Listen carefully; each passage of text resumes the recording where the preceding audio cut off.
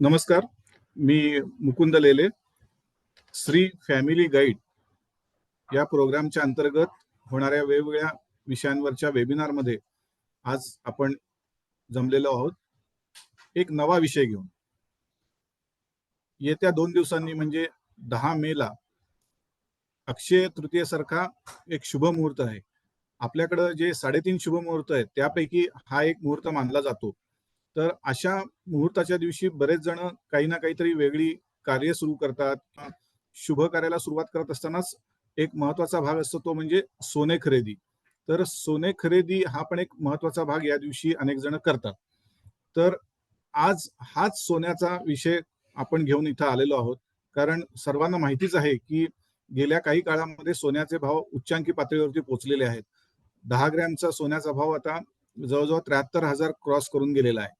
तर अशा वेळी सोन्याविषयीचं जे आकर्षण आहे ते आणखी वाढलेलं आहे. आज आपल्याकडं सोनं म्हटल्यानंतर एक गुंतवणूक म्हणून जसं बघितलं तसं दागिने म्हणून सुद्धा लोक घेत असतात. आणि अशा अक्षय तृतीयासारख्या महत्त्वाच्या दिवशी घेतलेलं सोनं अक्षय म्हणजे दीर्घकाळ आपल्याबरोबर राहतं, चिरकाळ आपल्याबरोबर राहतं असं मानलं जातं आणि समृद्धीचं ते एक प्रतीक सुद्धा मानलं जातं. तर 73,000च्या वरती भाव गेल्यानंतर नक्की आता काय करावं? सोन्यामध्ये अजून गुंतवणूक करावी का? कशा पद्धतीने करावी? किती करावी? एकूणच आपल्या पोर्टफोलिओमध्ये सोन्याचा भाग किती असला पाहिजे?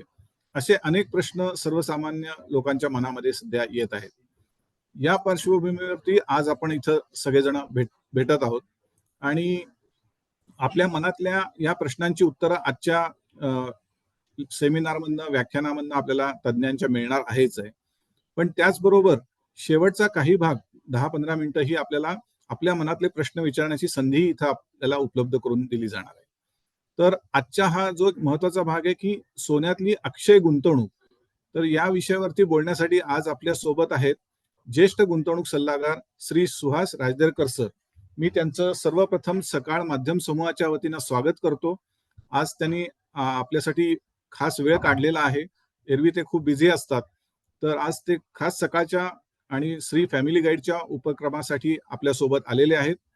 ते त्यांच्या पीपीटीच्या माध्यमातून सविस्तरपणे या सर्व विषयाबद्दल बोलतीलच आणि त्यांचं बोलणं संपल्यानंतर आपल्या मनात काही प्रश्न असतील तर आपण इथं चॅटमध्ये टाईप करून ठेवू शकता.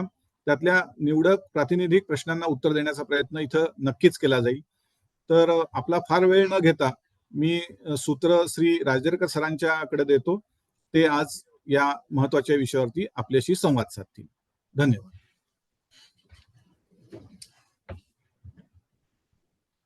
धन्यवाद मुकुंदराव. नमस्कार आणि सर्वप्रथम सगळ्यांना 10 तारखेला येणाऱ्या अक्षय तृतीयेच्या हार्दिक शुभेच्छा. सोने हा विषय बहुतेकांच्या जिव्हाळ्याचा असतो आणि त्या विषयावर खूप काही आपल्याला बोलायचं आहे. थोडाफार अजेंडा अशा प्रकारे असेल की सोन्याच्या किमती आज ज्या 73 क्रॉस करण्याच्या परिस्थिती आहेत त्याची नक्की कारण काय आहे. कारण बहुतेकांना माहिती असेल की gold is a international commodity. म्हणजे सोन्याचे भाव वर खाली जे होतात त्याला बहुतांशी ही इंटरनॅशनल ग्लोबल रिझन्स त्याला कारणीभूत ठरतात. त्याच्यानंतर सोने खरेदी आणि गुंतवणूक ही वेगळी पाहिजे का आणि पाहिजे असेल तर का पाहिजे. सोने गुंतवणुकीच्या विविध पद्धती आपण बघू. पोर्टफोलिओमध्ये किती सोनं असावं हा सगळ्यांना एक प्रश्न असतो आणि सगळ्यात शेवटी क्वेश्चन आन्सर्स. तर मला असं वाटतं की प्रेझेंटेशन आपण थोडं कमी करायचा प्रयत्न करू आणि तुमच्या प्रश्नोत्तरांना आपण जास्त वेळ द्यायचा प्रयत्न करू. तर सगळ्यात प्रथम म्हणजे एक डिस्क्लेमर मला द्यावासा वाटतो की हे जे काही प्रेझेंटेशन आहे हे आपण फक्त शैक्षणिक म्हणजे अकॅडमिक दृष्टिकोनातनं पाहूया.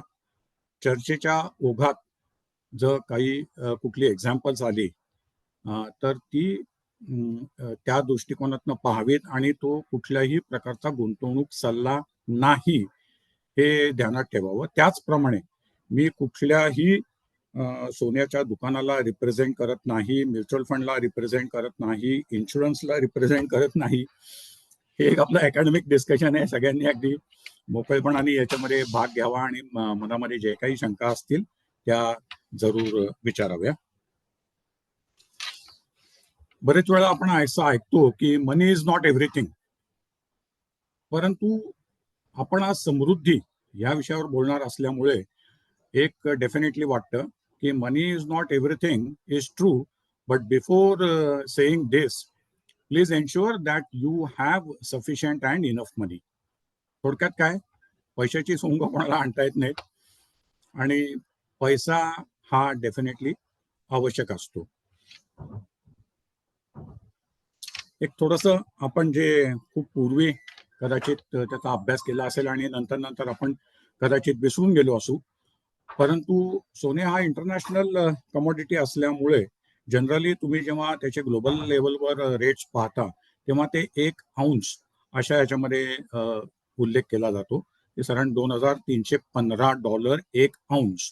ते थोडं कन्फ्युजन होण्याची शक्यता असते, तर काही कन्फ्युजन करायचं नाही. 1 औंस म्हणजे 28.35 ग्रॅम्स.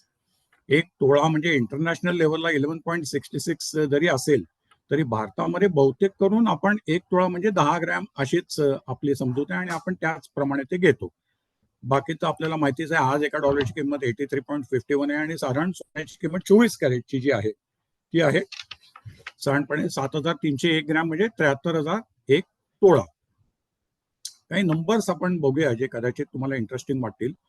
की आज जगामध्ये अमेरिकेमध्ये सर्वात जास्त म्हणजे 8,133 टन, आणि अर्थात 1 टन म्हणजे 1000 किलो, म्हणजे 81,33,000 किलो सोनं हे अमेरिकेकडे आहे. ते सगळ्यात जगामध्ये सर्वात जास्त सोनं अमेरिकेकडे आहे. भारतामध्ये जर का RBI कडे असलेला सोन्याचा रिझर्व्ह बघितला तर तो साधारण 800 टन आहे. सोन्याच्या वापरामध्ये नंबर 1 चीन आहे आणि भारत आपला नंबर 2 लागतो, आणि त्याच्यामुळेच आफ्टर ऑइल आपण जर काही इम्पोर्ट सगळ्यात जास्त करत असू तर ते आहे म्हणजे गोल्ड. चीन, ऑस्ट्रेलिया आणि रशियामध्ये सर्वात जास्त सोनं उत्पादन होतं. प्रॉब्लेम काय आहे की आपला युसेज जरी जगामध्ये नंबर 2चा म्हणजे सगळ्यात जास्त असला तरी सुद्धा आपल्याकडे प्रोडक्शन होत नाही. म्हणजे हार्डली आपल्या वापराच्या 0.5% प्रोडक्शन इथे होतं. बाकी आपल्या देशामध्ये गोल्डचं प्रोडक्शन होत नाही. RBIने जे काही सोनं परचेस केलेलं आहे त्याची आकडेवारी जर बघितली तर 2023 या वर्षामध्ये त्यांनी जवळजवळ 16 टन गोल्ड परचेस केलं होतं. परंतु या क्वार्टरमध्ये 2024च्या म्हणजे जानेवारी ते मार्च त्यांनी अख्ख्या 23च्या मध्ये जे सोनं केलं त्याच्यापेक्षा जास्त म्हणजे जवळजवळ 19 टन सोनं RBIने या 3 महिन्यात खरेदी केलेलं आहे. भारतामधली टेम्पल्स ही सगळ्यात सोन्यामध्ये रिच आहेत आणि सगळ्या देवळांमधला एक आपण जस्ट साधारण आकडा बघितला तर जवळजवळ 25 ते 30 लाख किलो सोनं हे फक्त देवळांकडे आहे. म्हणजे RBI किंवा HNI इन्स्टिट्यूशन, रिटेल यांच्याकडे किती सोनं आहे हा भाग वेगळा आहे. त्यातल्या त्यात तिरुपती देवस्थान जे अतिशय प्रसिद्ध आहे त्यांच्याकडे आज साधारणपणे 11,350 किलो सोनं आहे, जे आजच्या बाजारभावाप्रमाणे साधारणपणे 8,200 कोटी इतकी होईल. पद्मनाभ स्वामी हे बहुतेकांनी ऐकलेलं असेल आणि अतिशय आश्चर्याचं असं ते मंदिर आहे. कारण असं म्हणतात की 6 बॉक्स पैकी जेव्हा 5 बॉक्स ओपन केले आणि त्याच्यात जो काही ट्रेजर किंवा खजिना होता त्याचीच किंमत $1 ट्रिलियन इतकी महाप्रचंड आहे. डॉलरचा आज जर का 84 भाव बघितला आणि त्या बॉक्सेस मधलं सगळं नाही पण आपण फक्त असं धरलं की 50% सोनं आहे, बाकी हे सोनं नाही, तरी ते जवळजवळ 58,959 किलो होतं आणि 73 लाख रुपये एका किलोचा भाव आज आहे. म्हणजे जवळजवळ एकूण त्या सोन्याची किंमत 42 लाख कोटी रुपये होते, जी अतिशय प्रचंड आहे. आज आपण बघितलं तर अख्खा म्युच्युअल फंड इंडस्ट्री 45 म्युच्युअल फंडचा हा साधारण 55 लाख कोटी आहे. जगामधील सोन्याचा वापर म्हणजे हे सोनं हे जगामध्ये कुठल्या स्वरूपात वापरलं जातं याचं जर आपण आकडेवारी बघितली तर जवळजवळ 46% म्हणजे मेजॉरिटी युसेज जो आहे हा ऑर्नामेंट्स, ज्वेलरी, दागिने ह्याच्यासाठी होतो. ज्या काही सेंट्रल बँक आणि इतर कंपन्या बाईंग करतात ते जवळजवळ 23% आहे. सोने बार म्हणजे प्युअर सोनं साधारण 16% युसेज आहे. सो गोल्ड कॉइन्स किंवा मेडल्स हे जवळजवळ 9% आहे.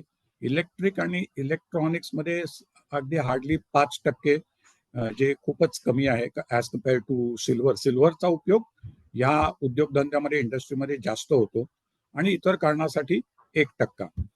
आता बहुतेकांना माहितीच आहे की सोनं खरेदी म्हटली आणि तो प्रत्येकाचा आवडीचा विषय असतो आणि बहुतेक लोक ही प्रत्यक्ष सोन्याच्या दुकानामध्ये जाऊन सोन्याची खरेदी करणं पसंत करतात. त्याच्यामुळे आज जर का बघितलं, भारतामध्ये ऑनलाईन गोल्ड परचेस करण्याचं प्रमाण हार्डली 4% आहे, पण हेच प्रमाण चायनामध्ये मात्र जवळजवळ 50% आहे.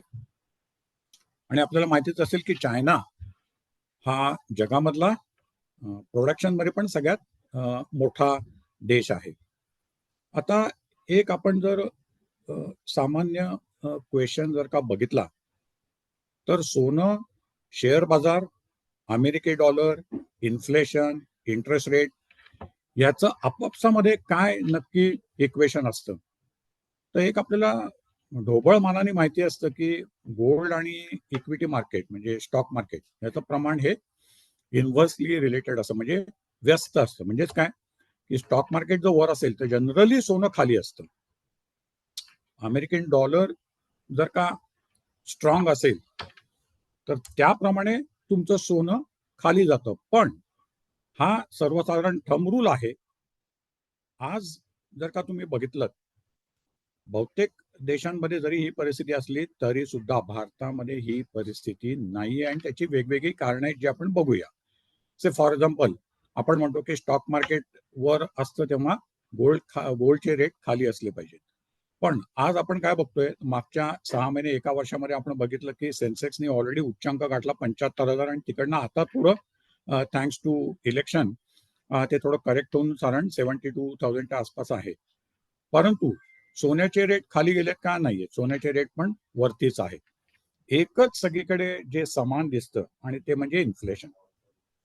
आज बहुतेक जगामध्ये सगळ्या कंट्रीजमध्ये इन्फ्लेशन म्हणजे चलनवाढ ही जास्त आहे आणि त्याच्यामुळेच सोन्याचे भाव सुद्धा वरती आहेत. आता थोडंसं आपण बघायचा प्रयत्न करू की सोन्याच्या किमती वर जाण्याची कारणं काय, म्हणजे सोनं का वर जातं?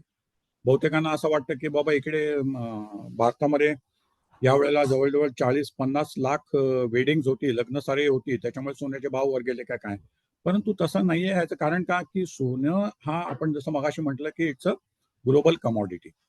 तर त्याला त्याचे भाव वर जाण्याचे किंवा खाली जाण्याची ही विविध कारणं आहेत जी ग्लोबल आहेत, जी आपल्या कंट्रीला स्पेसिफिक अशी नाहीये. For example, Jio political tension. म्हणजे आज आपण बघितलं की 2022 पासून रशिया, युक्रेन यांच्यामध्ये युद्ध सुरू झालेलं आहे. इस्रायल आणि हमास यांच्यामध्ये युद्ध सुरू झालेलं आहे.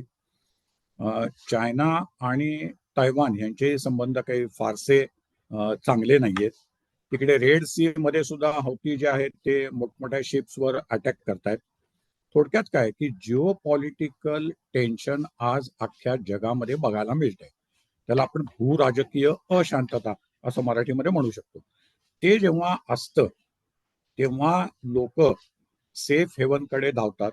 म्हणजेच काय, सुरक्षित स्वर्ग म्हणजेच काय, तर सोने. जेव्हा अशी परिस्थिती निर्माण होते की सगळीकडे युद्धजन्य परिस्थिती आहे आणि सोन्याचे भाव वर जाण्याचं एकमेव या सगळ्याच्या पाठीमागचं महत्वाचं कारण म्हणजे अनसर्टॅनिटी, अस्थिरपणा. जेव्हा जेव्हा असेल तो कुठल्याही कारणामुळे असू दे, सोन्याचे भाव वर जातात. हे सगळ्यात पहिलं महत्वाचं कारण, that is Jio political tension.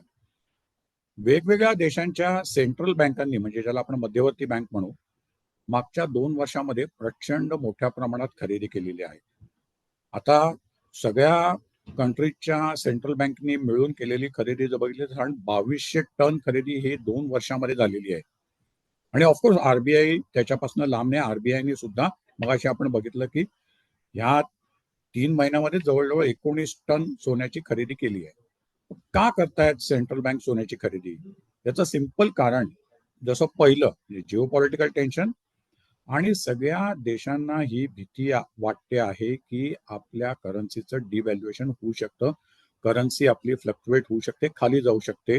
आणि त्याच्यामुळे बहुतेक सेंट्रल बँक्स हे सोन्याचा रिझर्व्ह आणि साठा करण्याकडे त्यांचा कल दिसतो. चीननी तर इतक्या मोठ्या प्रमाणात खरेदी केली आहे कोविडच्या नंतर की जणू काही उद्या सोनं बघायला सुद्धा मिळणार नाही, अशा प्रकारे चीन लेफ्ट अँड राईट सोनं खरेदी करतायत. काही अॅनालिस्ट आणि एक्सपर्ट्स म्हणतायत की तैवानशी युद्ध येणाऱ्या काळामध्ये करण्याचे हे संकेत आहेत का काय, ते आपल्याला माहिती नाही, ते काळच ठरवेल. चौथं महत्वाचं कारण म्हणजे आज अर्थव्यवस्थेमधली मंदी, म्हणजे आज सुदैवाने टचवूड जरी भारत अर्थव्यवस्थेमध्ये अतिशय चांगली कामगिरी करत असला तरी सुद्धा जगामधील 7 बलाढ्य देशांमध्ये आज मंदी आहे, ऑफिशियली रिसेशन आहे. आणि अशा परिस्थितीमध्ये सोन्याकडे लोकांचा कल वाढणं हे साहजिक आहे. लोकांचा छापलेल्या नोटांवरचा विश्वास कमी होऊन त्यांचा सोन्यावरचा विश्वास वाढतो. चलनवाढ डेफिनेटली, जेव्हा इन्फ्लेशन जास्त असेल तेव्हा लोक सोन्याकडे वळतात. निवडणुका आज फक्त भारतामध्ये नाही तर जवळजवळ 40 देशांमध्ये आज इलेक्शन्स होत आहेत. आणि इलेक्शन म्हटलं की थोडीफार अनसर्टनिटी आली, कुठली पार्टी मेजॉरिटीने येईल, मग आधीच्या पॉलिसीज त्यांच्या तशाच चालू राहतील का, वगैरे वगैरे. So it's a part of uncertainty. आणि त्याच्यामुळे सुद्धा आज सोन्याच्या किमती ह्या आपल्याला वर दिसत आहेत. तर थोडक्यात ही महत्वाची कारणं आहेत की ज्यामुळे सोन्याचे भाव वरती आहेत. सोन्याच्या किमती केव्हा खाली जाण्याची शक्यता आहे, असं आपण एक ढोबळ मनाने बघितलं तर अगेन आपल्याला ग्लोबल रिझन्सकडे जावं लागतं, इंडियाकडे वळून चालत नाही. मग केव्हा खाली जातील सोन्याचे भाव? म्हणजे आज जर का तुम्ही बाहेर मार्केटमध्ये बघितलं तर सराफा बाजार थोडा थंड आहे. दुबईचा जर का मॉल बघितला जिकडे गोल्डचं ट्रान्झॅक्शन होतात, तो अतिशय थंड आहे. याचं कारण का, तर भाव चढे असल्यामुळे लोकांचं पार्टिसिपेशन कमी आहे. मागच्या वर्षीपेक्षा हे पार्टिसिपेंट साधारण 25 ते 30% खाली आलेले आहे.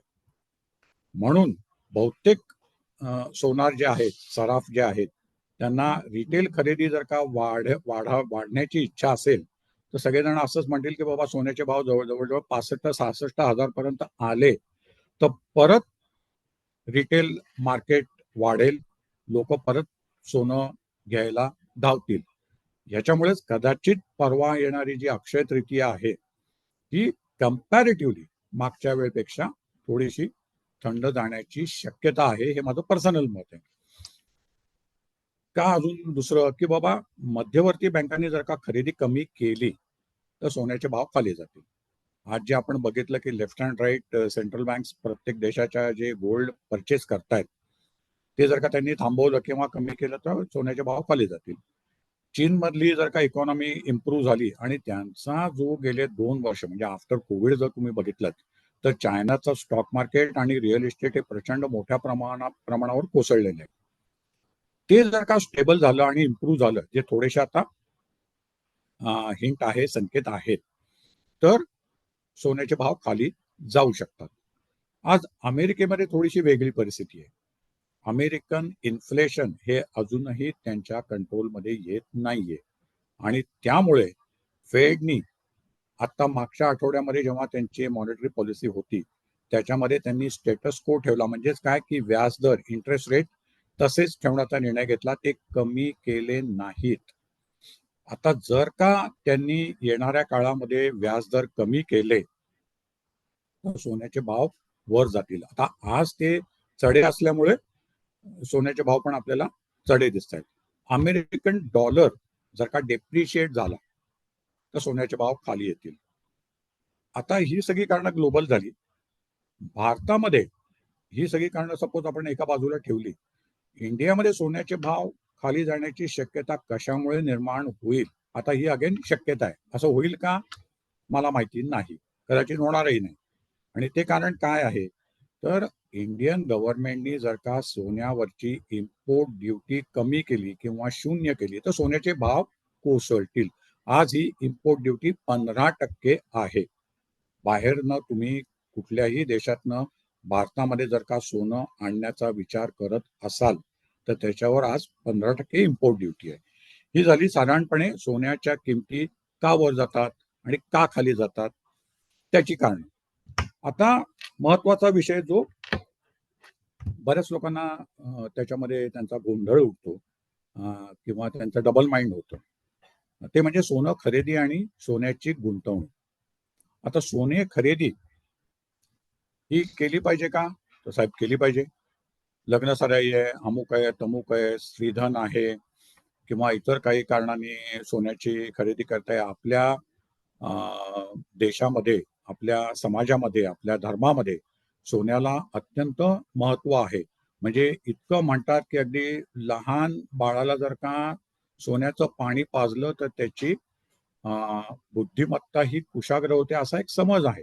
थोडक्यात मला काय म्हणायचं आहे की सोनं खरेदी हे विविध कारणांनी आपण कायम करत असतो. पण जेव्हा तुम्ही इन्व्हेस्टमेंट म्हणून सोन्याकडे पाहता त्यावेळेला खरेदी आणि गुंतवणूक यातला डिफरन्स समजून घेणं आवश्यक आहे. काय आहे तो डिफरन्स ते आता बघूया. आता मला सपोज लेट से 5 लाख रुपये मला सोन्यामध्ये इन्व्हेस्टमेंट करायची आहे. का? तर साहेब मी स्टॉक मार्केटमध्ये भरपूर पैसे कमावले आणि आता मला असं वाटतं की स्टॉक मार्केट खाली जाईल, तर मी तिथले पैसे काढून मला ती गुंतवणूक इन्व्हेस्टमेंट ही गोल्डमध्ये करायची. मग अशा वेळेला बहुतेक लोक काय करतात की प्युअर सोनं घेण्याचा विचार करतात. दागिन्यांना साधारणपणे लोक अवॉइड करतात. याचं कारण का? तर दागिने नंतर जेव्हा तुम्ही मोडायला जाल तेव्हा त्याच्यामध्ये तुम्हाला घट येते. पण प्रत्यक्ष सोनं गुंतवणुकीसाठी माझं मत आहे खरेदी करणं टाळा. याचं कारण का? तर चांगल्या ब्रँडेड तुम्ही शॉपमधनं खरेदी करत असाल तर भेसळ होणार नाही, प्युअर मिळेल. पण तुम्ही जर का कुठल्या लोकल इतर दुकानातनं सोने खरेदी करायची म्हटली तर त्याच्यामध्ये प्युरिटीचा क्वेश्चन राहतो. चोरी होण्याची शक्यता असते. चोरी होऊ नये म्हणून तुम्ही बँकेच्या लॉकरमध्ये ठेवाल म्हणाल तर बँकेच्या लॉकरचा खर्च सुद्धा 6,000-7,000 10,000 गेलेला आहे वर्षाला. सगळ्यात महत्वाची गोष्ट, जेव्हा गोल्ड तुम्ही गुंतवणूक म्हणून बघता किंवा इन्व्हेस्टमेंट म्हणून जेव्हा घेता तेव्हा इन्व्हेस्टमेंटचा अर्थ काय आहे की साहेब मी एखादा शेअर 100 रुपयाला खरेदी केला, 2 वर्षांनी त्याचा भाव 160 रुपये गेला, मला तो शेअर विकून तो 60 रुपयाचा प्रॉफिट घेता आला पाहिजे. पण जेव्हा तुमची गुंतवणूक सोन्यामध्ये असते तेव्हा प्रॉब्लेम काय होतो? सोनं तुम्ही समजा आज घेतलं 73,000ला आणि उद्या असं धरून चालू ॲझ्युम करू की 2-2.5 वर्षांनी हेच भाव सपोज 90,000 गेले किंवा 1,00,000 गेले, तर तुम्ही स्वतःलाच विचारा की आपण घरातलं कपाटातलं लॉकरमधनं सोनं काढून सोन्याच्या दुकानामध्ये ते विकायला जाऊ का? याचा आन्सर नाही असंच येतं. ते सोनं तसंच राहतं. कोणीही कपाटामधनं ते विकून चला आता मला प्रॉफिट झालाय, 75,000चे माझे 1,00,000 रुपये तोळा झाला, 25,000 रुपये एका तोळ्यामागे फायदा झाला, तर मी आता ते विकून नफा पदरात पाडून घेतो. असं प्रॅक्टिकलमध्ये होत नाही. आणि एक लक्षात घ्यायला पाहिजे की सोन्याचे भाव कायम वर जातात का? असं होत नाही. हा एक गैरसमज आहे. आणि त्याच्यामुळे जेव्हा तुम्ही सोन्याकडे गुंतवणूक म्हणून पाहता तेव्हा प्रत्यक्ष सोनं खरेदी करणं हे थोडंसं धाडसाचं होऊ शकतं. पण मग आता मला इन्व्हेस्टमेंट करायची आहे गोल्डमध्ये. I am very bullish on gold.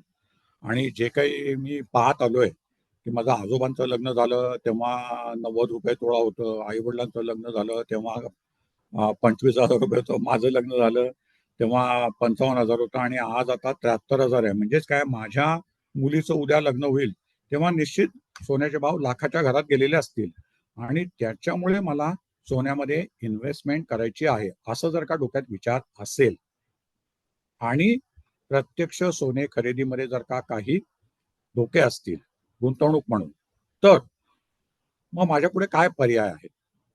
तर आपल्याकडे MCX आहे, that is a commodity exchange, जिकडे तुम्ही सोनं खरेदी करू शकता, विकू शकता, which is in the paper form. This is a paper gold. हे प्रत्यक्ष सोनं तुम्हाला घ्यावं लागत नाही. दुसरा ऑप्शन म्हणजे गोल्ड एक्सचेंज ट्रेडेड फंड, जे स्टॉक एक्सचेंजमध्ये त्याचं रोज ट्रेडिंग होतं आणि तिथे तुम्ही सोनं खरेदी करू शकता, विकू शकता. जे तुमच्या डीमॅट अकाउंटमध्ये येतं 10 दिवसांनी, महिन्याभराने, 2 वर्षांनी तुम्हाला पाहिजे तेव्हा तुम्ही ते विकू शकता आणि 2 दिवसात तुमच्या अकाउंटमध्ये पैसे येतात. चांगला सगळ्यात माझ्या मते ऑप्शन सोन्यामध्ये गुंतवणुकीचा तो म्हणजे SGB. It is nothing but the sovereign gold bonds. का हा ऑप्शन सगळ्यात चांगला आहे असं मला वाटतं? त्याची 2-3 कारण आहेत. पहिलं कारण, एकतर तुम्ही हे जे बॉन्ड्स घेता ते गव्हर्नमेंटनी इश्यू केलेले असतात, त्याच्यामुळे तिथे रिस्क शून्य असते. दुसरी गोष्ट, ह्या बॉन्ड्सवर तुम्हाला वर्षाला 2.5% 2.5% इंटरेस्ट दिला जातो, जो हाफ इयरली पे होतो. आता बघा, जर का उद्या फेडनी इंटरेस्ट रेट कमी केले आणि त्याची चेन रिॲक्शन आली आणि बहुतेक देशांनी जर का व्याजदर खाली आणले, तर हा जो 2.5% रेट आहे इथे तुम्हाला फायदा होण्याची शक्यता आहे. दुसरी सगळ्यात महत्वाची गोष्ट, 8 वर्षांनी जेव्हा तुम्ही सॉव्हरीन गोल्ड बॉन्ड्स जेव्हा ते मॅच्युअर होतात आणि जेव्हा तुमच्याकडे पैसे येतात तेव्हा ते टॅक्स फ्री असतात. हा सगळ्यात महत्वाचा बेनिफिट आहे आणि त्याच्यामुळे सॉव्हरीन गोल्ड बॉन्ड्स हे गुंतवणूक म्हणून पाहायला अजिबात हरकत नाही. 2022 मध्ये बॉम्बे स्टॉक एक्सचेंजनी एक नवीन ऑप्शन काढला, तो म्हणजे EGR. EGR म्हणजे काय, तर इलेक्ट्रॉनिक गोल्ड रिसिट्स. अगेन हे डीमॅट मध्ये तुम्ही खरेदी करू शकता, विकू शकता आणि जर का तुम्हाला वाटलं तर तुम्ही त्याची फिजिकल डिलिव्हरी सुद्धा डिमांड करू शकता. फक्त कसं आहे की अजून ती सिस्टीम स्टेबल होत नाहीये. याच्यामध्ये तुम्ही मिनिमम अगदी 1 ग्रॅम सुद्धा सोनं घेऊ शकता. आणि सगळ्यात शेवटचा ऑप्शन म्हणजे म्युच्युअल फंड्स गोल्ड स्कीम्स. या सुद्धा मी थोड्याशा प्रिफर एवढ्यासाठी करीन की गोल्ड ETF मध्ये काय असतं, कदाचित तुमची समजा इन्व्हेस्टमेंट जास्त असेल तर तिथे लिक्विडिटीचा इश्यू तुम्हाला येऊ शकतो. परंतु जर का तुम्ही म्युच्युअल फंडच्या स्कीम मध्ये गोल्ड इन्व्हेस्टमेंट केली असेल तर तिथे लिक्विडिटी ही तुम्हाला 100% मिळते. थोडक्यात काय, तुम्ही समजा एखाद्या म्युच्युअल फंडच्या गोल्ड ETF मध्ये पैसे इन्व्हेस्ट आज केले आणि 1.5 वर्षांनी जर का तुम्हाला पैशाची गरज आहे, सगळ्यात महत्वाचं म्हणजे याला कुठलाही लॉक इन पिरियड नसतो, एंट्री लोड नसतो. त्याच्यामुळे तुम्हाला पाहिजे तेव्हा जेव्हा रेट वर जातात तेव्हा त्याच्यातनं तुम्ही तुमची गुंतवणूक काढून घेऊ शकता, पैसे विथड्रॉ करू शकता. आणि म्युच्युअल फंडकडे असल्यामुळे तुम्ही आज जर त्यांना रिडिम्शन किंवा विड्रॉलचा ऑप्शन दिलात 3च्या आत, तर T+2 2 दिवसांनी तुमच्या बँक अकाउंटमध्ये पैसे 100% जमा होतात. तर गुंतवणूक म्हटलं की हे 5 ऑप्शन्स थोडक्यात आपल्याला बघायला हरकत नाही. सोनं खरेदी करू नका असं त्याचा अर्थ अजिबात नाही. सोनं खरेदी ही वेगवेगळ्या कारणांसाठी केली जाते आणि ती आवश्यकच असते, त्याला इलाज नाहीये सध्या तरी. टॅक्सेशन, जसं आपण म्हटलं की सॉव्हरीन गोल्ड बॉन्ड्स मध्ये टॅक्सेशन हे सगळ्यात फायदेशीर आहे आणि बाकी सगळ्या ऑप्शन्सना म्हणजे जरी अगदी तुम्ही फिजिकल सोनं जरी घेतलं तरी सुद्धा तुम्हाला long term capital gain tax 20% आणि short term capital gain tax म्हणजेच काय, तो प्रॉफिट तुमच्या इन्कम मध्ये ऍड केला जातो आणि तुम्ही ज्या इन्कम स्लॅब मध्ये येता त्याप्रमाणे तुम्हाला टॅक्स पे करावा लागतो. शॉर्ट टर्म आणि लॉंग टर्मचं डेफिनेशन आहे, लॉंग टर्म इज 3 वर्षानंतर, शॉर्ट टर्म म्हणजे 3 वर्षाच्या आधी तुम्ही विकलेत तर.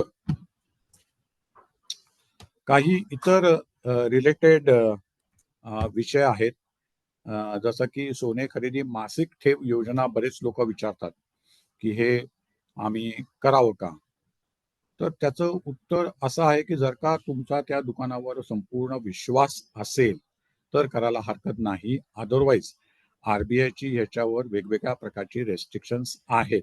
5-6 वर्षापूर्वीची गोष्ट जर तुम्हाला आठवत असेल तर RBIनी जर का त्या कंपनीची एक 100 नेटवर्थ आहे असं जर धरलं तर फक्त 25 रुपयापर्यंत त्यांनी अशा प्रकारच्या स्कीम्स आणायला परवानगी दिली आहे. अजूनही RBI तसं म्हणतं की 12.5%च्या वर ह्याच्यामध्ये शक्यतो रिटर्न देऊ नयेत. बरेचसे लोक असं करतात की 12 महिन्याचे हप्ते तुम्ही भरा, 13व्या महिन्याचा हप्ता आम्ही भरतो आणि तुम्ही आमच्याकडनंच सोनं किंवा दागिने खरेदी करा. यातले धोके तुम्ही डेफिनेटली एक्झामाइन करा, स्टडी करा आणि त्याप्रमाणे निर्णय घ्या. सोनं आणि चांदी हे हातात हात घालून जातात आणि बहुतेक करून सोनं जिथे असतं तिथे चांदी सुद्धा असते. आणि चांदीला आपण गरिबांचं सोनं असंही म्हणू शकतो. ज्यांची 75,000 रुपये तोळा खरेदी करायची ऐपत नसेल त्यांचा कल साहजिकच चांदीकडे असतो. आणि चांदीचं सगळ्यात महत्वाचं एक वैशिष्ट्य आपल्याला म्हणता येईल की चांदीचा उपयोग हा इंडस्ट्रीमध्ये सुद्धा होतो. Electronic goods, electrical goods, medical equipments किंवा या सगळ्यामध्ये आपल्याला चांदीचा उपयोग होताना दिसतो, जो गोल्डचा तितका होताना दिसत नाही. आणि त्याच्यामुळेच बरेच वेळा आपण असं ऐकतो की गोल्ड इज अनप्रोडक्टिव्ह मेटल असं काही लोक म्हणतात.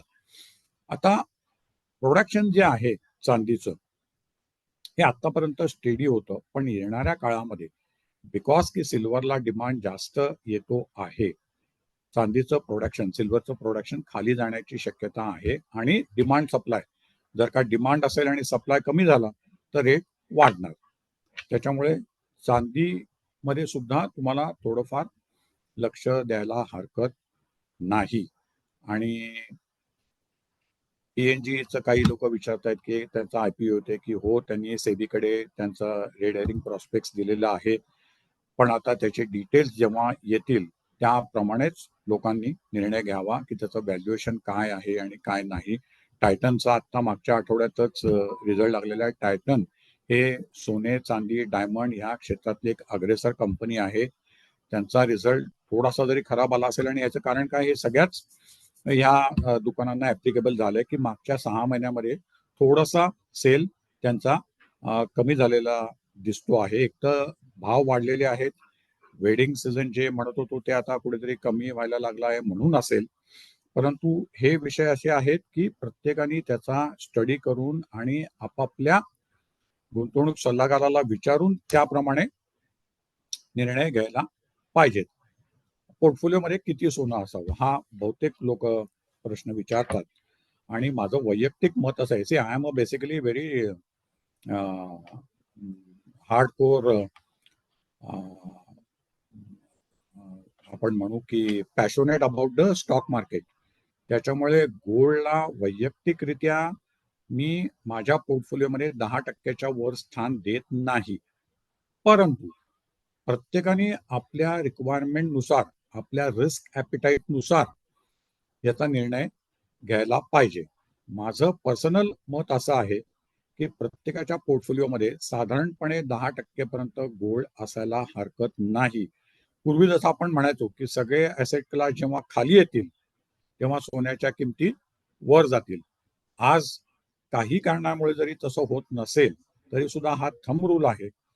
त्यामुळे उद्या जर का काही कारणाने जिओपॉलिटिकल टेन्शन वाढलं, स्टॉक मार्केट मोठ्या प्रमाणात खाली आलं, तर गोल्ड हेच तुम्हाला चांगला हात देऊ शकतं. आणि त्याच्यामुळे साधारणपणे 10% तुमच्या पोर्टफोलिओमध्ये असायला हरकत नाही. अगेन जसं आपण म्हटलं, इन्व्हेस्टमेंट आणि खरेदी ही वेगळी ठेवणं गरजेचं राहील. बऱ्याच लोकांना असं वाटतं की आपण अगदी पूर्व आपले आजोबा, जसं म्हटलं आई वडील, आपण आणि आपली मुलं यांच्या लग्नातले सोन्याचे रेट जर आपण कम्पेअर केले तर ते कायम वाढताना दिसतंय. त्याच्यामुळे असा एक गैरसमज होण्याची शक्यता असते की सोन्याचे भाव हे कायम वर जातात. तसं असतं का खरोखर? तर त्याचं उत्तर आहे नाही. आपण ऍक्च्युअल प्रत्यक्ष आकडे बघू.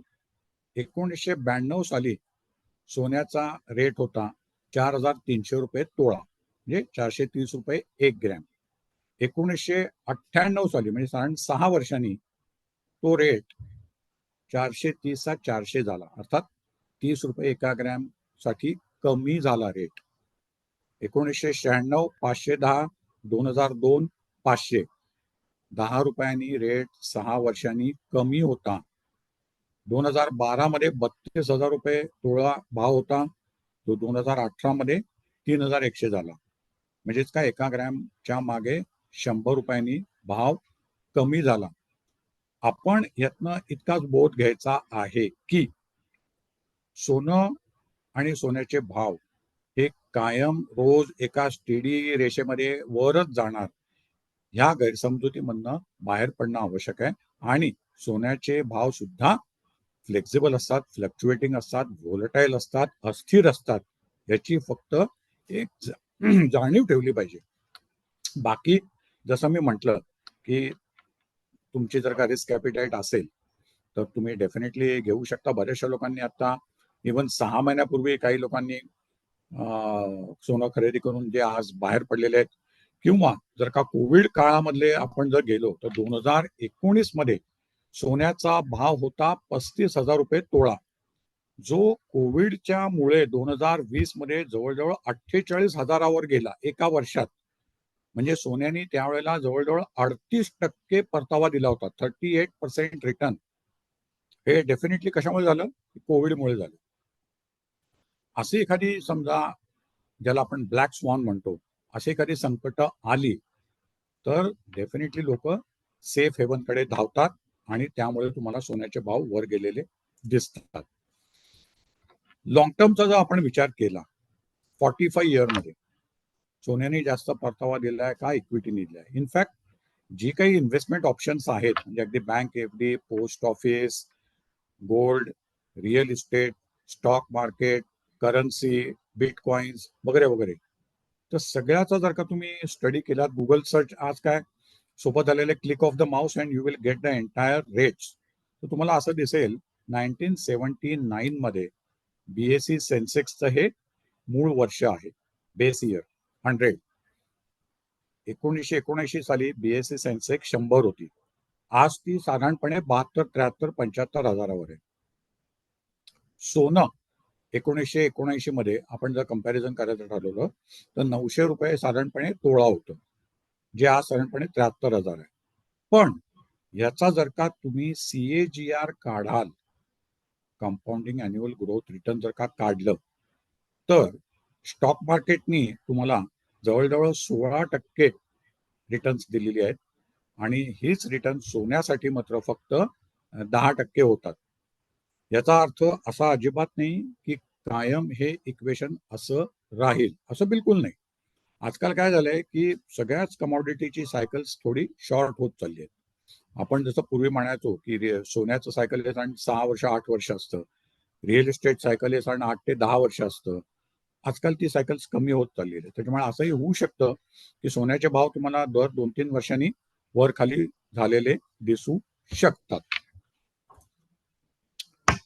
हे होतं आतापर्यंतचं आपलं प्रेझेंटेशन, ज्याच्यामध्ये आपण सोन्याचे भाव का वर जात आहेत, सोन्याचे भाव का खाली येऊ शकतायत, जगामध्ये काय परिस्थिती आहे, कुठली सेंट्रल बँक किती सोनं खरेदी करते आहे, वगैरे वगैरे गोष्टींचा एक थोडक्यात आढावा घेतला.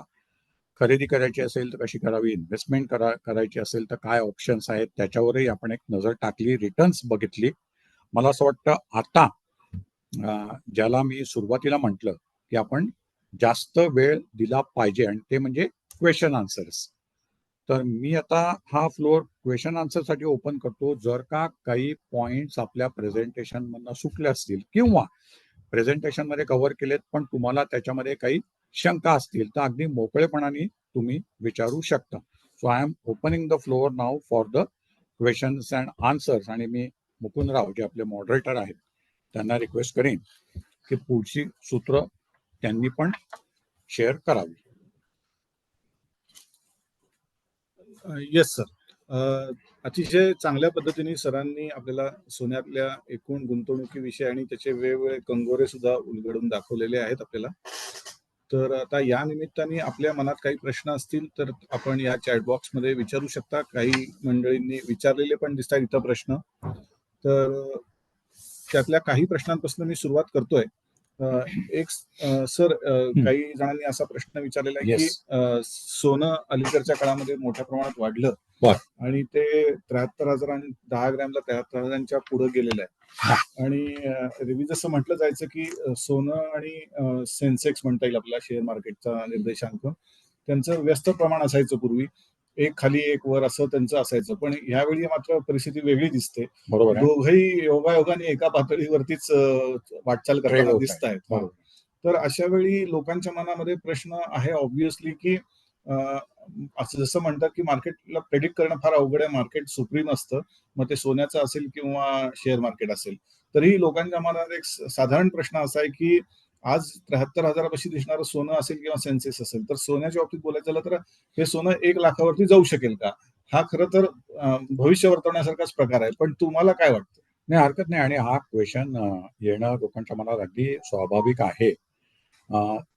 थोडंसं मला असं वाटतं आपण या 2 विषयांकडे असं पाहिलं पाहिजे, की साधारणपणे स्टॉक मार्केट म्हणजे शेअर्सचे जे भाव असतात, ते साधारणपणे तुम्ही एखाद्या कंपनीचा स्टडी केला तर तुम्ही प्रिडिक्ट करू शकता. ओके. मग आपण एक जस्ट उदाहरण घेऊ. टाटा मोटर्स असेल, इन्फोसिस असेल, हिंदुस्तान एरोनॉटिक्स असेल किंवा कुठलंही तुम्ही कंपनी घ्या. त्याचा शेअर काय असला पाहिजे, त्याचे पॅरामीटर्स आपल्या समोर असतात. त्याचे वेगवेगळे टेक्निकल रेशोज आपण एक्झामाइन करू शकतो. त्याची प्रॉफिटेबिलिटी, समजा एखाद्या कंपनीने प्रचंड मेहनत घेतली, कॉस्ट ऑफ प्रोडक्शन कमी केली, सेल्स वाढवले, इनोव्हेटिव्ह मेथड्स आणल्या, तर कंपनीचं उत्पादन वाढून, त्याची मागणी वाढून, त्यांचा सेल वाढून, त्यांचा शेअरचा भाव वर जाऊ शकतो. गोल्डच्या बाबतीत असं आपल्याला म्हणता येतं का? पण ते आपल्या कंट्रोलमध्ये थोडंफार नाहीये. नाहीये. उद्या चीनने जर का तैवानवर अटॅक केला, तर गोल्डच्या प्राइसेस वर जातील. जे तुम्ही म्हणता की गोल्ड 1 लाख टच करू शकेल. पण चीन केव्हा तैवानवर अटॅक करेल हे ना तुमच्या हातात आहे, ना माझ्या हातात आहे, ना आपल्या देशाच्या सुप्रीम कोर्टाच्या पॉवरच्या हातात आहे. होतंय काय की गोल्ड ही इंटरनॅशनल कमॉडिटी असल्यामुळे त्याचे भाव वर खाली होण्याची कारणं ही थोडीशी आपल्या कंट्रोलच्या बाहेर असतात. आणि त्याच्यामुळे लोकांनी ह्या गोष्टीचा अभ्यास करून की बाबा इंटरनॅशनल लेवलला काय घडामोडी होत आहेत, जिओपॉलिटिकल टेन्शन्स अजून वाढतील का कमी होतील. आता आपण बघतोय की हमास आणि इस्रायलमध्ये सीज फायरचं प्रपोजल आहे.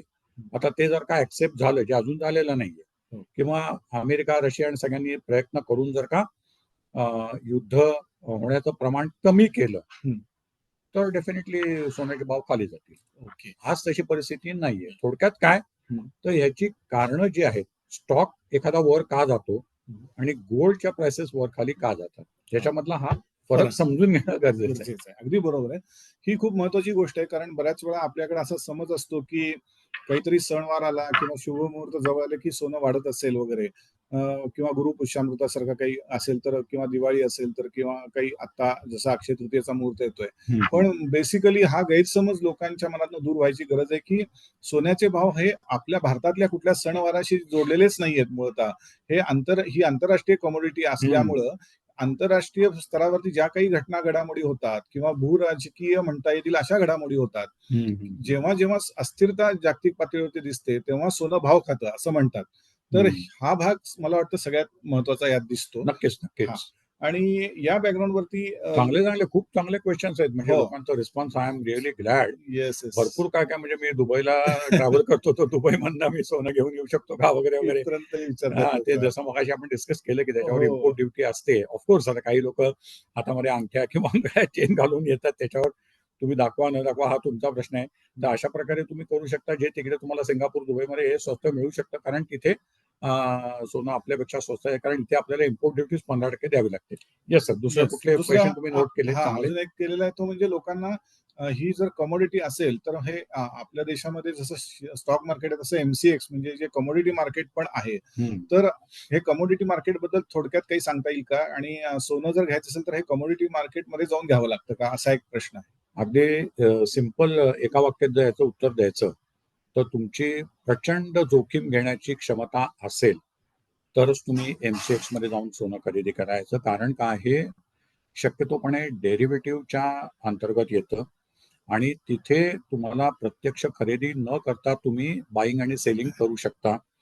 थोडक्यात काय, जसं स्टॉक मार्केटला आपण डेरिव्हेटिव्ह किंवा फ्युचर्स अँड ऑप्शन्स आपण पाहतो की तुमच्याकडे प्रत्यक्ष डिलिव्हरी न घेता तुम्ही मार्जिन भरून तुम्ही तो स्टॉक खरेदी करू शकता आणि नंतर विकू शकता. त्याचप्रमाणे एमसीएक्स मध्ये सुद्धा जर का तुम्हाला 5 लाखाचं सोनं खरेदी करायचं आहे, तर तुम्ही 50,000 रुपये भरून तुम्ही ते सोनं खरेदी करू शकता. ह्याच्यावर की बाबा तुम्हाला असं वाटतं की उद्या भाव वर जातील, ते खरोखर गेले तर तुम्ही विकून त्याच्यामध्ये प्रॉफिट कमावून बाहेर येऊ शकता.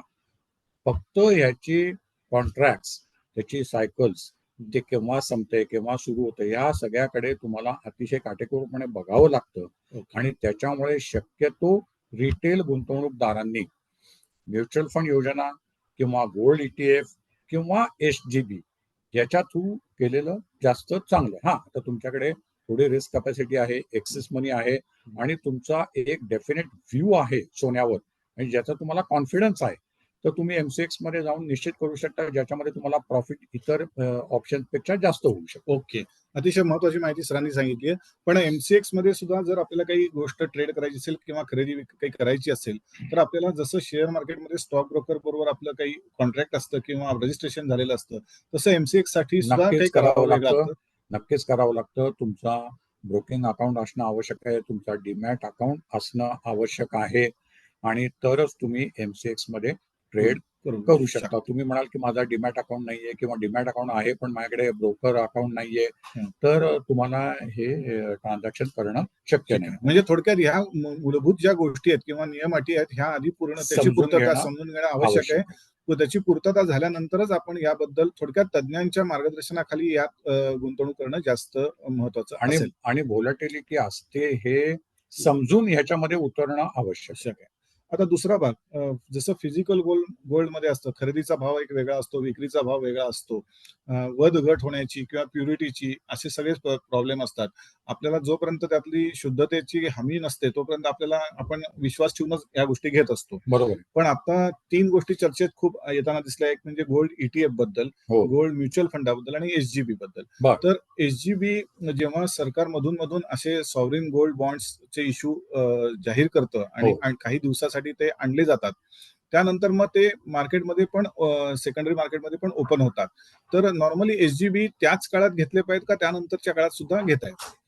त्यानंतरच्या काळात सुद्धा घेता येतात, परंतु त्याच्यावरचं टॅक्सेशन जे आहे ते तुम्हाला अभ्यास करावा लागेल. ओके. आणि ते जर का तुम्ही कंप्लीट 8 वर्ष नसतील बाय केलेली, तर ते टॅक्सेशन मध्ये रिस्क निर्माण होऊ शकते. तर हे तुमच्या चार्टर्ड अकाउंटंटचा सल्ला घेऊनच करणं हे निश्चितपणे चांगलं आहे, परंतु तुम्ही त्याचे व्यवहार मध्ये करू शकता. पण म्हणजे थोडक्यात सॉव्हरिन गोल्ड बॉन्डचे जेव्हा सरकारकडनं इश्यू येतात, ते बऱ्याच वेळा 4 किंवा 5 दिवस तो इश्यू ओपन असतो आणि सरकारने किंमत निश्चित केलेली असते प्रति ग्रॅमची आणि त्या काळात तर तुम्ही घेऊ शकताच. पण तो इश्यू संपल्यानंतर किंवा सध्या इश्यू एखादा चालूच नाहीये सॉव्हरिन गोल्ड बॉन्डचा आणि जरा एखाद्याला घ्यायचेच आहेत ते बॉन्ड्स, तर तो कशा पद्धतीने घेऊ शकतो? त्याच्यासाठी तुम्ही डीमॅट मध्ये सुद्धा ट्रान्झॅक्शन करू शकता, ऑफ मार्केट ट्रान्झॅक्शन करू शकता. एखाद्याला पैशांची गरज असेल तर त्यांच्याकडनं तुम्ही ते परचेस करू शकता. या प्रकारे ती ट्रान्झॅक्शन यासाठी सुद्धा आपण मग ब्रोकरकडे तुमचं रजिस्ट्रेशन असणं आवश्यक आहे. ओके. आता दुसरा भाग आहे गोल्ड ETF बद्दलचा. तर गोल्ड ETF ची युनिट्स कशी खरेदी केली जातात आणि त्याचाही खरेदीचा विक्रीचा भाव कसा ठरतो किंवा तो कसा सोन्याशी जोडलेला असतो आणि याच्यामध्ये लिक्विडिटी कितपत असते, म्हणजे आपल्याला पैशाची गरज असते तेव्हा ते मोडता सहजपणे येतात? गोल्ड ETF जसं मगाशी आपण म्हटलं की गोल्ड एक्सचेंज ट्रेडेड फंड, हे तुम्हाला कंपल्सरी स्टॉक मार्केटमधनच बाय करावं लागतं आणि सेल करावं लागतं. याचे जे भाव असतात हे प्रत्यक्ष सोन्याच्या भावाप्रमाणेच वर खाली होत असतात. जर का सोन्याचे भाव वर गेले तर तुमच्या गोल्ड ETFच्या युनिटचे भाव वर जातील. तुम्ही ही इतर शेअर सारखीच तुम्ही गोल्ड ETF परचेस करू शकता किंवा सेलही करू शकता. त्याच्यासाठी तुमचा ब्रोकिंग आणि डीमॅट अकाउंट असणं आवश्यक आहे. हे फिजिकल तुम्ही घेऊ शकत नाही. म्युच्युअल फंडच्या योजना तुम्ही फिजिकल घेऊ शकता, परंतु गोल्ड ETF मात्र तुम्हाला डीमॅट अकाउंट असणं आवश्यक असतं. आता गोल्ड ETF आणि म्युच्युअल फंड योजना याचं जर आपण कंपॅरिझन करायचं म्हटलं तर गोल्ड ETF हे एक असं आहे की म्युच्युअल फंड मधल्या ज्या योजना त्यांचे जे पैसे गोळा करतात ते गोल्ड ETF मध्येच इन्व्हेस्ट करतात. पण म्युच्युअल फंड च्या स्कीम मध्ये परचेस करण्याचा एकमेव फायदा म्हणजे असा की तुम्हाला जेव्हा विकायचं असतं त्यावेळेला सपोज स्टॉक मार्केटमध्ये बायर्सच नसतील, there are no buyers, you want to sell, even price कमी करून सुद्धा तुम्हाला विकायची इच्छा आहे कारण तुम्हाला पैशांची गरज आहे, पण लिक्विडिटी जर नसेल तर तुमची अडचण होऊ शकते. व्हेअरएज म्युच्युअल फंड कधी तुम्हाला नाही म्हणणार नाही.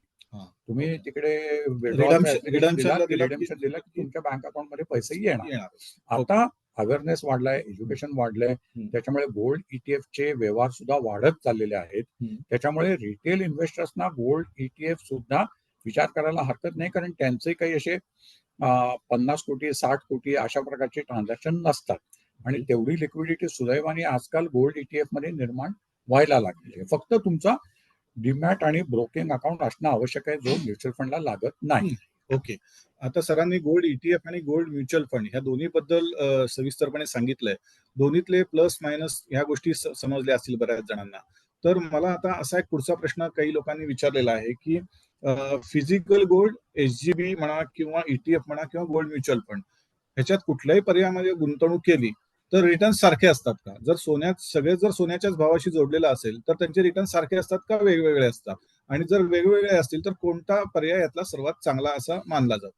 More or less he return सारखीच असतात. याचं कारण का की अंडरलाईंग इन्व्हेस्टमेंट तुमची गोल्डच आहे. त्याच्यामुळे ती सारखीच असतात. पण SGB मध्ये थोडीशी रिटर्न तुम्हाला जास्त मिळण्याची शक्यता एवढ्यासाठीच आहे की तिथे तुम्हाला 2.5% हे इंटरेस्ट व्याज मिळतं हाफ इयरली. आणि प्रत्यक्ष सोनं तुम्ही घेतलं तर तुम्ही ते बँकेच्या लॉकरमध्ये ठेवणार, म्हणजे बँकेच्या लॉकरचा खर्च आला. बरोबर. हे सगळे खर्च तुम्हाला SGB मध्ये टाळले जातात. आणि सगळ्यात महत्वाचं मगाशी आपण बघितलं म्हणजे टॅक्स एक्झम्पशन. ओके. तो असल्यामुळे तुमचं पोस्ट टॅक्स रिटर्न जे आहे हे SGB मध्ये खूप मोठ्या प्रमाणामध्ये वाढतं. पण एक लक्षात घेणं आवश्यक आहे की याच्यामध्ये लिक्विडिटी नसते. लिक्विडिटी हा खूप महत्त्वाचा 5 ऑप्शन वर्ष तुम्हाला काढता येत नाही किंवा 8 वर्षाची योजना असल्यामुळे तुमचा तेवढा गुंतवणूक पिरियड असणं आवश्यक आहे. नाही तर तुम्हाला मग ऑफ मार्केट, जसं मगाशी म्हटलं त्याप्रमाणे व्यवहार करावे लागतील. त्याच्यामुळे जर का तुम्हाला तितका पेशन्स नाहीये, तुम्हाला 1-1.5 वर्षामध्ये 2 वर्षामध्ये किंवा रेट वर गेल्यावर तुम्हाला लगेच बाहेर यायचंय, अशा वेळेला म्युच्युअल फंड च्या गोल्ड स्कीम्स मध्ये इन्व्हेस्टमेंट करणं चांगलं.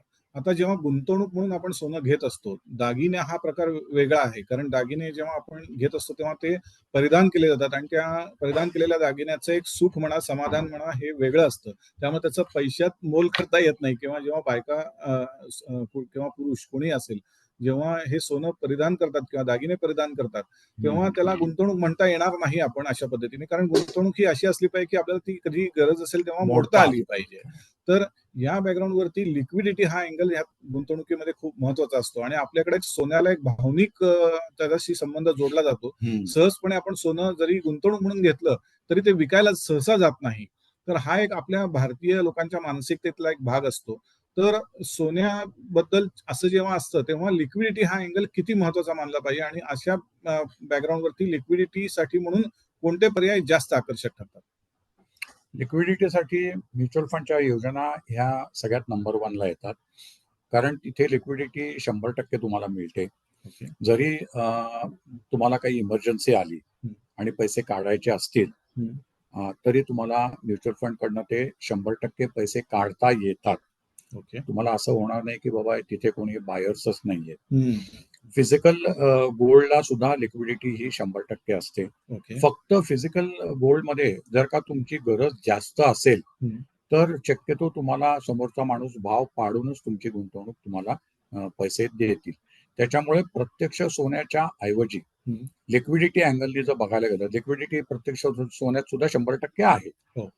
परंतु जेव्हा आपण गुंतवणूक म्हणतो तेव्हा म्युच्युअल फंड योजना, ETF किंवा SGB ह्याच पर्यायांचा शक्यतो विचार करावा. SGB मध्ये लिक्विडिटी नाही, गोल्ड ETF मध्ये ती त्याच्यापेक्षा जास्त आहे आणि म्युच्युअल फंड योजनामध्ये ती सगळ्यात जास्त आहे. म्हणजे थोडक्यात एक जो प्रश्न आहे की लोकांनी ई गोल्ड घ्यावं का फिजिकल गोल्ड घ्यावं असा जो प्रश्न आलाय त्याचं हे उत्तर आहे. कारण फिजिकल गोल्ड आणि पेपर गोल्डच येतं. कारण गुंतवणूक असा शब्द वापरला जातो तेव्हा ह्या गोष्टी खूप मला वाटतं महत्वाच्या ठरतात. फिजिकल गोल्ड मध्ये वध आणि घट करण्याची किंवा शुद्धतेचे किंवा सांभाळण्याची रिस्क असतेच. तर तोही त्यातला एक महत्वाचा भाग मला वाटतो. तर काहींनी प्रश्न विचारला की best in India which gold stocks are, आता सोन्याचे काही शेअर्स मार्केटमध्ये आहेत का आणि असतील तर त्यात गुंतवणूक करता येते? चांगला प्रश्न आहे. काय असतं, बरेचसे लोक काय म्हणतात की सोन्याला जर का एवढा डिमांड असेल तर सोनं जे मॅन्युफॅक्चर करतायत, निर्माण करतायत अशा कंपन्यांना आणि स्टॉक्सना चांगला खरं तर रेट आला पाहिजे. आणि हे लॉजिक अतिशय योग्य आहे. पण त्याच्यामध्ये इश्यू एकच आहे. त्यांचं नाव मला दिसत नाही, बहुतेक तृप्ती गांधींनी विचारलंय. ते गोल्ड स्टॉक शक्यतो तुम्हाला इंटरनॅशनल मार्केटमध्ये ट्रेड होताना दिसेल, ज्याच्या प्राइसेस चांगल्या आहेत, खाणी आहेत. परंतु इंडियामध्ये दुर्दैवाने असं गोल्ड मॅन्युफॅक्चरिंग करणारा एकही स्टॉक लिस्टेड नाहीये. परंतु रिलेटेड जर आपण स्टॉक्स बघितले तर त्याच्यामध्ये काही एनबीएफसीचे स्टॉक्स येऊ शकतात.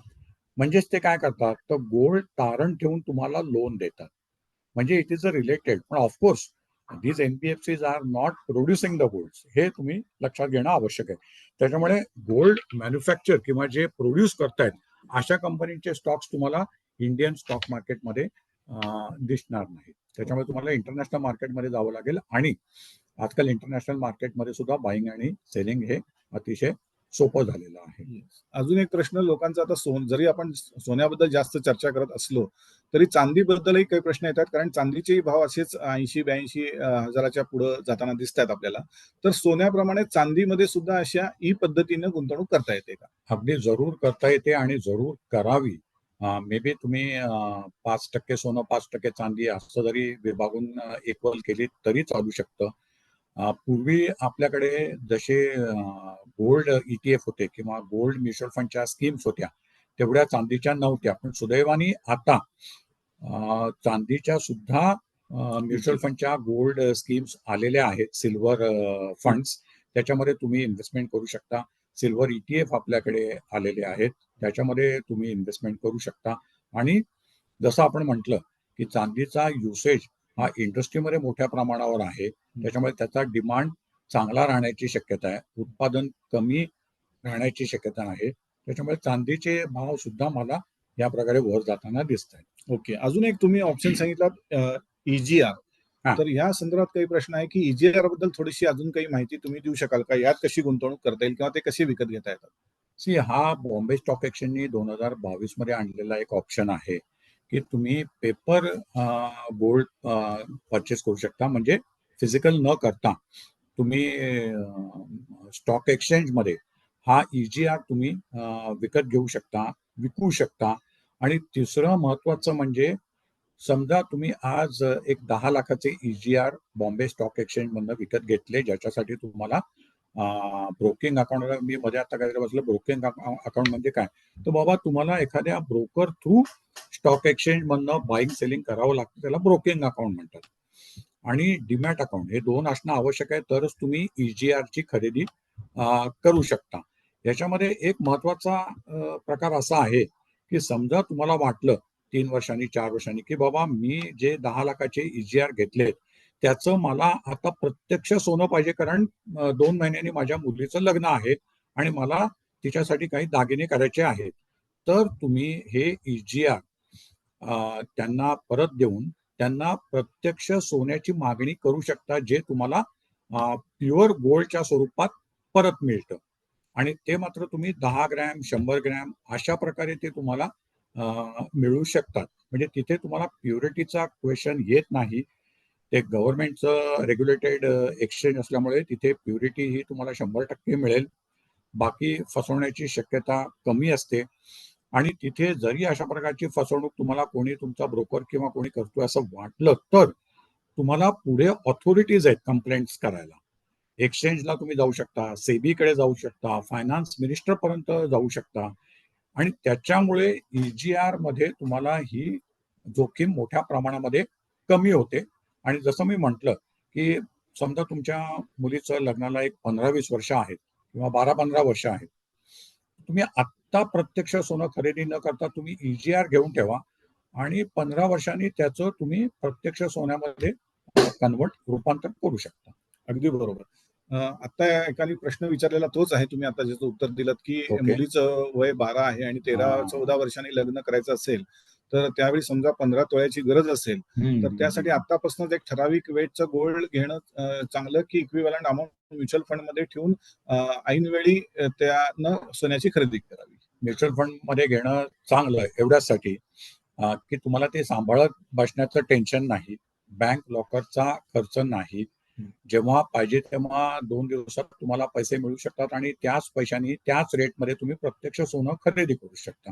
त्याच्यामुळे ते म्युच्युअल फंड योजने थ्रू घेणं याला मी तरी प्रेफरन्स देईन. ओके. आता एक प्रश्न असा आहे की एसजीबी बद्दलचा आहे बरं. की एसजीबीच्या वेगवेगळ्या वेळी इश्यूज मध्ये त्यांनी खरेदी केलेली आहे. त्याला 5 वर्ष होऊन गेल्यानंतर एसजीबीला सगळ्या एसजीबीच्या इश्यूला सेम रेट मिळतो आत्ताच्या बाजारभावाप्रमाणे का वेगवेगळ्या इश्यूला वेगळा रेट असतो? नाही, कसं असतं, जेव्हा तुम्ही एसजीबी मध्ये खरेदी करता तो रेट वेगवेगळा होऊ शकतो जेव्हा तुम्ही वेगवेगळ्या वेळेला खरेदी केलेली आहे. से फॉर एक्झाम्पल, तुम्ही समजा 2015 मध्ये खरेदी केली त्यावेळेला रेट वेगळा होता. तुम्ही समजा 2018 मध्ये खरेदी केली त्यावेळेला रेट वाढलेला होता.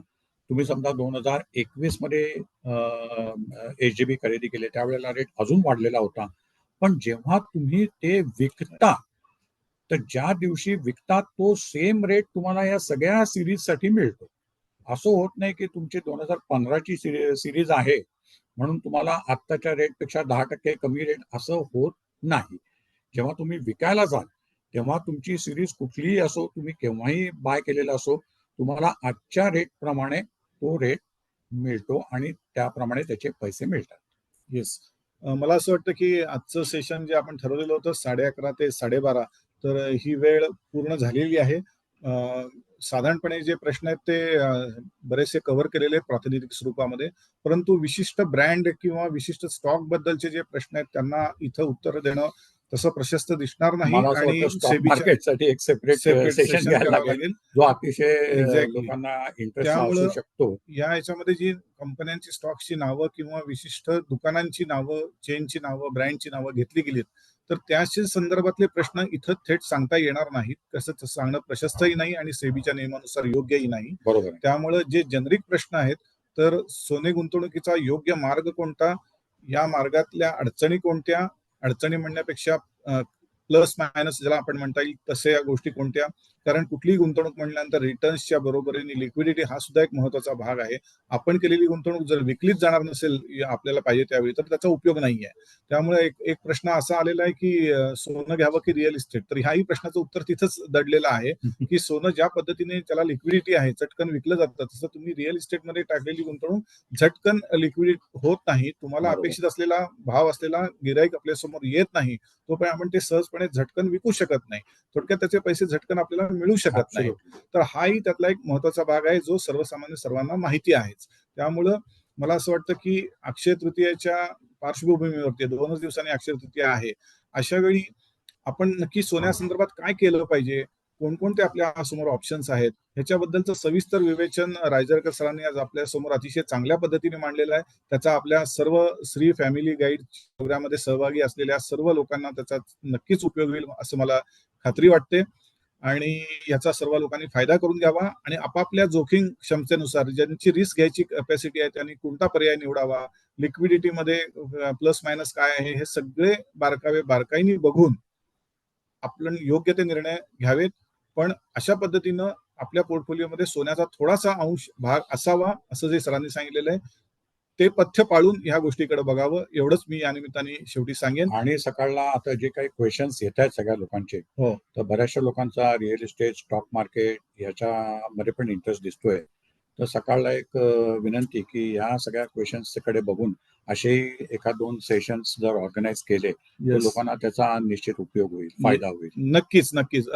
मला शेवटी असं सांगायचं की श्री फॅमिली गाईड हा जो काही सकाळ माध्यम समूहाने उपक्रम सुरू केलेला आहे, त्याच्यामध्ये लोकांनी जास्तीत जास्त प्रमाणामध्ये सहभागी व्हावं. ह्याच्यामध्ये फक्त आर्थिक नाही तर आध्यात्मिक आणि आर्थिक अशा दोन्ही पातळ्यांवरती संपूर्ण कुटुंबाची उन्नती व्हावी, हा त्यामागचा उद्देश आहे. आपल्याला ऐश्वर्याच्या दिशेने प्रवास करायचा आहे, हे आपण यापूर्वी जाणलेलं आहे. तर या पार्श्वभूमीवरती आर्थिक विषयावरची वेगवेगळ्या प्रकारची वेबिनार अशा पद्धतीने आयोजित यापुढेही केली जातील, ज्याच्यामध्ये आज फक्त सोन्याचं निमित्त आहे. एरवी इतरही आर्थिक विषयात जे लोकांच्या जिव्हाळ्याचे असतात ते घेतले जातील आणि त्याच्यामध्ये तुम्हाला सहभागी करून घेतलं जाईल. तर आपणही आपल्या या श्री फॅमिली गाईडच्या प्रोग्रामबद्दल आपल्या आणि आपल्या नातेवाईकांना, मित्रमंडळींना याच्याबद्दल जरूर सांगावं आणि त्यांनी या उपक्रमात सहभागी करून स्वतःची उन्नती करून घ्यावी. एवढंच या निमित्ताने सांगतो आणि थांबतो. धन्यवाद. धन्यवाद. नमस्कार.